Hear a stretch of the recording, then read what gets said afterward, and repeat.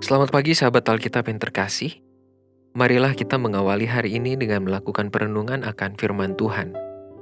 Bacaan Alkitab kita pada pagi hari ini berasal dari kitab Kejadian pasalnya yang ke-20, ayatnya yang pertama sampai ayatnya yang ke-7. Lalu Abraham berangkat dari situ ke tanah Negeb, dan ia menetap antara Kadesh dan Syur. Ia tinggal di Gerar sebagai orang asing. Oleh karena Abraham telah mengatakan tentang Sarah istrinya, "Dia saudaraku," maka Abimelekh, Raja Gerar, menyuruh mengambil Sarah. Tetapi pada waktu malam Allah datang kepada Abimelekh dalam suatu mimpi serta berfirman kepadanya, "Engkau harus mati oleh karena perempuan yang telah kau ambil itu, sebab ia sudah bersuami." Adapun Abimelekh belum menghampiri Sarah, berkatalah ia, "Tuhan, apakah engkau membunuh bangsa yang tak bersalah? Bukankah orang itu sendiri mengatakan kepadaku, 'Dia saudaraku,' dan perempuan itu sendiri telah mengatakan, 'Ia saudaraku.' Jadi hal ini kulakukan dengan hati yang tulus dan dengan tangan yang suci." Lalu berfirmanlah Allah kepadanya dalam mimpi, "Aku tahu juga bahwa engkau telah melakukan hal itu dengan hati yang tulus. Maka aku pun telah mencegah engkau untuk berbuat dosa terhadap aku. Sebab itu aku tidak membiarkan engkau menjamah dia. Jadi sekarang, kembalikanlah istri orang itu sebab dia seorang nabi. Ia akan berdoa untuk engkau, maka engkau tetap hidup. Tetapi jika engkau tidak mengembalikan dia, ketahuilah, engkau pasti mati.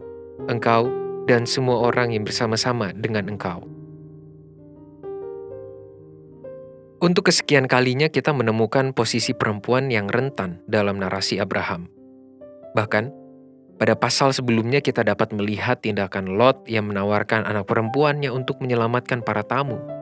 Dan sekarang Abraham secara sengaja untuk kedua kalinya menempatkan Sarah pada posisi yang terjual. Nampaknya pengalaman di tanah Mesir tidak membangun pemahaman yang baru bagi Abraham untuk memperlakukan Sarah sebagaimana mestinya. Abraham juga tidak menyadari bahwa tindakannya tersebut hanya mendatangkan rasa aman bagi dirinya sendiri, namun mendatangkan celaka bagi Sarah dan juga orang lain, dalam hal ini Abimelekh. Abraham mungkin merasa aman dengan menyebarkan kabar bahwa Sarah adalah saudaranya. Namun Sarah istrinya yang sah justru berada dalam ketidaknyamanan, kekecewaan, kesendirian dengan kemungkinan yang sangat besar untuk mengalami celaka. Sedangkan Abimelekh, Raja Gerar, pun secara tidak sadar terseret masuk ke dalam ruang yang mengancam keselamatannya karena telah mempersunting Sarah. Dan untuk kesekian kalinya kita juga melihat intervensi Allah untuk mengubahkan celaka menjadi berkat bagi semua pihak yang terlibat dalam narasi ini, secara khusus bagi Sarah dan Abimelekh. Meski demikian, intervensi Allah tidak menjadi bentuk monopoli ilahi atas jalannya kehidupan mereka. Allah tetap memberikan pilihan bagi manusia untuk bertindak secara khusus bagi Abimelekh untuk mengubah tindakannya terhadap Sarah. Abimelekh sedang berada pada pilihan untuk mengambil keputusan yang terbaik di tengah situasi yang tak terduga saat itu. Sahabat Alkitab, setiap kita selalu memiliki pilihan untuk bertindak, dan kita juga perlu menyadari konsekuensi atau dampak yang ditimbulkan dari masing-masing pilihan. Hal itu diperlukan agar kita tidak masuk ke dalam sebuah penyesalan. Perikop ini menjadi sebuah refleksi bagi kita untuk semakin peka terhadap kebenaran firman Tuhan yang hadir untuk menolong kita dalam mengambil keputusan dan terhindar dari sikap yang gegabah. Jangan biarkan pertimbangan yang bersifat sementara justru mengantarkan kita kepada kondisi hidup yang penuh penyesalan.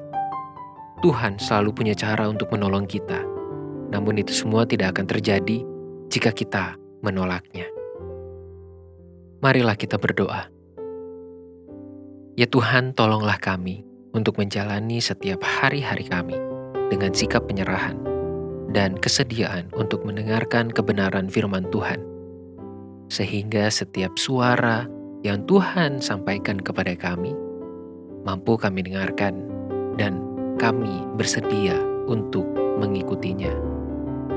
Sehingga kami mengambil keputusan yang berlandaskan dengan kebenaran firman Tuhan dan dikehendaki oleh Tuhan. Mampukanlah kami juga untuk bertindak bukan hanya demi kepentingan diri kami sendiri, tetapi juga bersedia untuk memperhatikan dan mempertimbangkan kepentingan orang lain. Hanya di dalam nama Tuhan Yesus Kristus, kami berdoa dan memohon. Amin.